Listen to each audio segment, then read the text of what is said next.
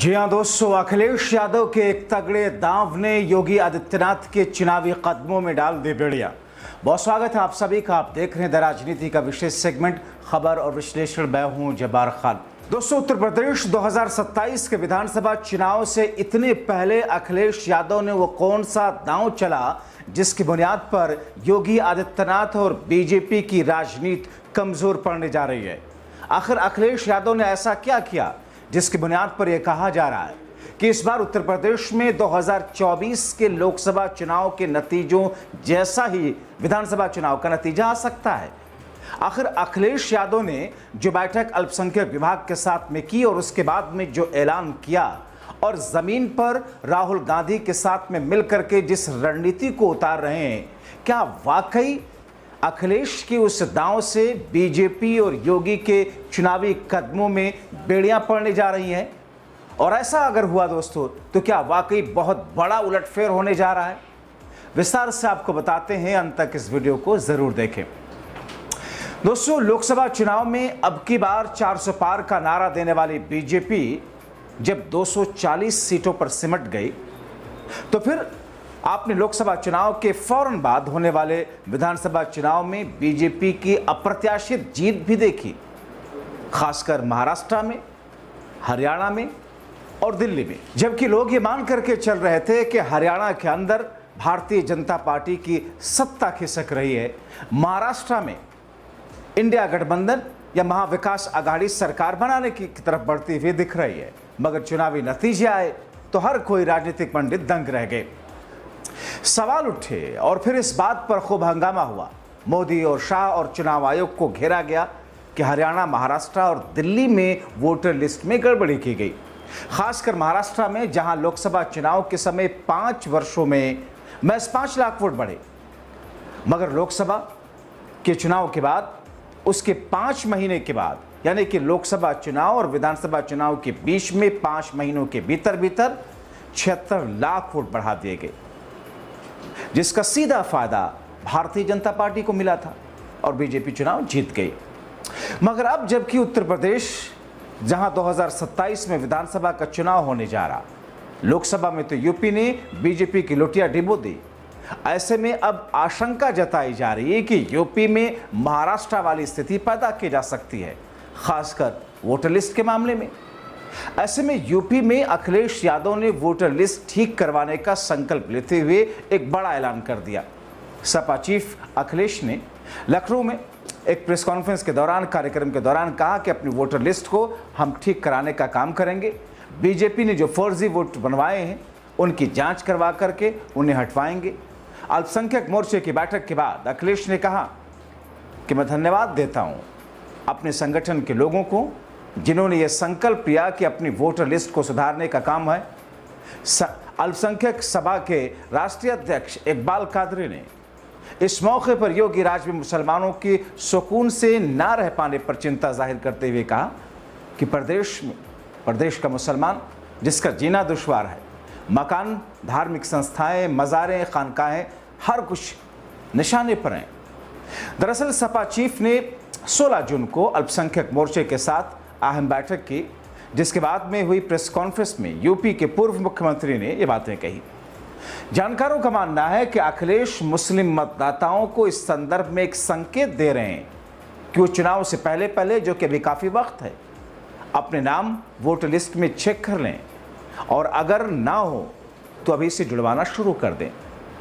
आपको बताता चलूं कि यूपी में बीते साल हुए 9 सीटों पर उपचुनाव जो हुआ, कई बार ऐसे मामले सामने आए जहां मुस्लिम मतदाताओं के साथ या तो कथित बदसलूकी की खबरें आईं या फिर नाम वोटर लिस्ट में था ही नहीं। इस मौके पर अखिलेश ने क्या कहा, सुनिए। मैं धन्यवाद देता हूं अपने संगठन के लोगों का कि जिन्होंने ये संकल्प लिया है कि अपनी वोटर लिस्ट को सुधारने का काम करेंगे। दरअसल लोकसभा चुनाव के बाद हरियाणा, महाराष्ट्र और दिल्ली विधानसभा चुनाव में वोटर लिस्ट में गड़बड़ी के आरोप मोदी शाह की सरकार और चुनाव आयोग की मिलीभगत के ऊपर लगते रहे। राहुल गांधी महाराष्ट्र विधानसभा चुनाव के बाद से ही वोटर लिस्ट में गड़बड़ियों की बात उठाते रहे। हाल में राहुल ने कई प्रमुख राष्ट्रीय अखबारों में लेख लिखा जिस पर जम करके कोहराम मचा था। यहाँ तक कि मामला अदालतों में जिस तरीके से उठा और जिस तरीके से अदालतों ने इस पर संज्ञान लिया, इस पर ध्यान दिया, उसे ऐसी उम्मीद बनी कि शायद इन तमाम चीज़ों को फिर से दुरुस्त करने की कवायद शुरू की जाएंगी। तो ऐसे में एक तरफ अखिलेश यादव 2027 विधानसभा चुनाव के लिए अभी से हर तरह की कील कांटे दुरुस्त करने में लगे हैं, खासकर वोटर लिस्ट को ठीक कराने के लिए। मगर यूपी जैसे राज्य में जहां योगी हार्ड हिंदुत्व के दम पर चुनावी माहौल अपने पक्ष में बनाते दिखते रहे हैं, अब अखिलेश उस पर प्रहार करके उसकी हवा निकालने की कोशिश में है। इस बीच में यूपी में नफरती हवा के रोकथाम के लिए मानो अखिलेश ने एक नया कदम उठाया है। नफरत के जहर को मिटाने की बात कर अपने काफिले में लोगों को जोड़कर बीजेपी को सबक सिखाने के लिए अखिलेश उत्साहित दिख रहे हैं।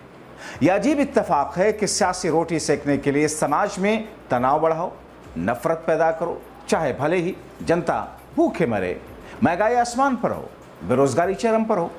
अखिलेश कहते हैं कि सोने का भाव 1 लाख से ऊपर चला गया। यह भारतीय जनता पार्टी का सबका साथ सबका विकास, क्या विकसित भारत यही है कि गरीब अपनी बेटी की शादी नहीं कर पा रहा? बिजली की महंगाई की वजह से प्रदेश में उद्योग लगाने के लिए कोई तैयार नहीं। जब तक बिजली सस्ती नहीं होगी तब तक कोई उद्योग कारोबार उत्तर प्रदेश में नहीं होगा। सोने का भाव 1 लाख से ऊपर चला गया है।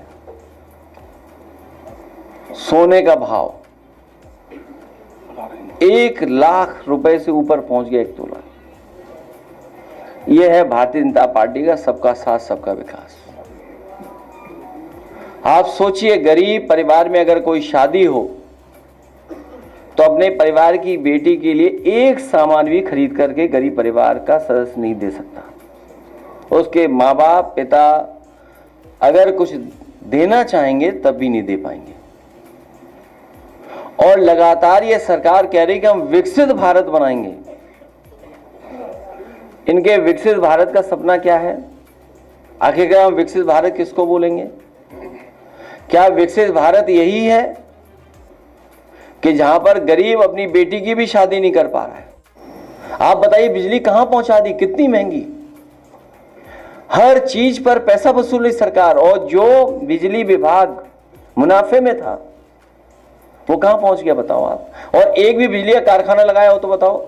आप साथियों से पूछता हूं कि जो बिजली के कारखाने का उद्घाटन किया था, क्या बीजेपी का लगवाया हुआ था क्या, या बीजेपी ने शुरू किया था? समाजवादियों का शुरू किया गया कारखाने था, उसका उद्घाटन हुआ, उसी की वजह से आज बिजली मिल रही है। स्वास्थ्य विभाग का तो हाल ही जाने क्या है। स्वास्थ्य विभाग में क्या हाल है, मेडिकल कॉलेजेस का क्या हाल है? सुनने में आया है कि मेडिकल कॉलेज में निर्देश दिए गए हैं, निर्देश कि कोई भी एमबीबीएस स्टूडेंट फेल न किया जाए। अब आप सोचिए इसके पीछे क्या होगा, क्योंकि बच्चे शिकायत ना करें। जो पढ़ने जा रहे हैं मेडिकल कॉलेज में, वो मेडिकल कॉलेज में कोई भी इंफ्रास्ट्रक्चर नहीं है, प्रोफेसर नहीं है, असिस्टेंट प्रोफेसर नहीं है। अभी नए बच्चे आने जा रहे हैं एमबीबीएस के, क्या इंफ्रास्ट्रक्चर तैयार है बताइए आप? कहा जा रहा है कि नफरत का आलम ऐसा कि अल्पसंख्यक छाप वाले मेलों तक को तेजी से बंद कराया जा रहा है। इसका उदाहरण योगी राज में बहराइच और बाराबंकी में देखने को मिला। अखिलेश कहते हैं कि बीजेपी नफरत बढ़ाने का काम कर रही। जो हमारे भाईचारे का मेला होता था उसको बंद कर दिया। मेला कारोबार का स्थान होता है, वहाँ गरीब लोग मेले में आते हैं, मेला लगता है, उनकी दुकानें होती हैं, एक तरीके से मिलने का काम भी होता है, आपसी मेलजोल और बिजनेस भी। ये मेला आपसी भाईचारे और सद्भाव का मेला होता है, लेकिन इनको उससे आपत्ति है। हजारों सालों से यहाँ पर मेला लगता आ रहा था।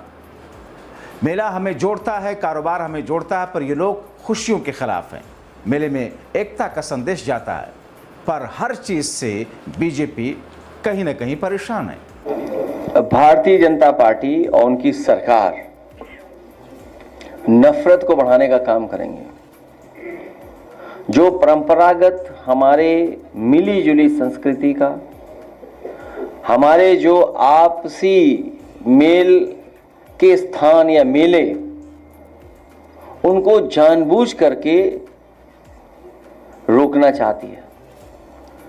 कारोबार हमें जोड़ता है, मेला हमें जोड़ता है, ये कारोबार के खिलाफ लोग हैं, खुशियों के खिलाफ लोग हैं। मेले में क्या है, मिठाई खाने लोग जाते हैं, थोड़ा कारोबार करते हैं गरीब के लोग, झूला झूलते हैं। यानी क्या लेना देना झूला झूलने से? कोई मेला ऐसा नहीं होता जहां पर झूला ना लगता हो, मिठाई ना मेले में हो। और गरीब लोगों का मेला होता है, मिलने का स्थान होता है, कारोबार का स्थान होता है, और हजारों साल से लगे हुए मेले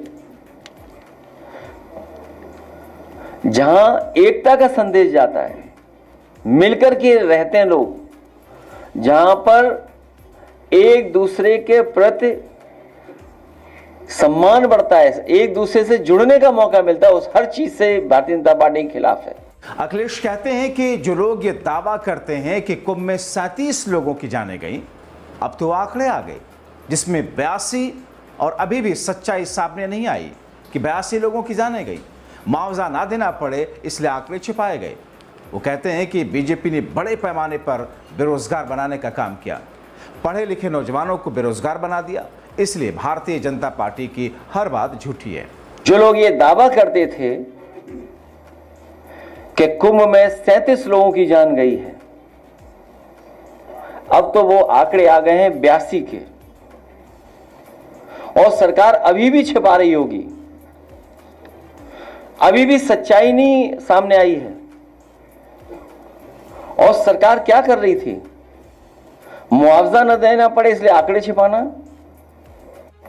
इन्होंने रोजगार और नौकरी के सर्टिफिकेट नहीं दिए हैं। सच्चाई यह है कि 8 साल के लखनऊ और दिल्ली के काम करने के तरीके ने, आर्थिक नीतियों ने बड़े पैमाने पर बेरोजगार बनाने का काम किया है, पढ़े लिखे नौजवानों को बेरोजगार बना दिया।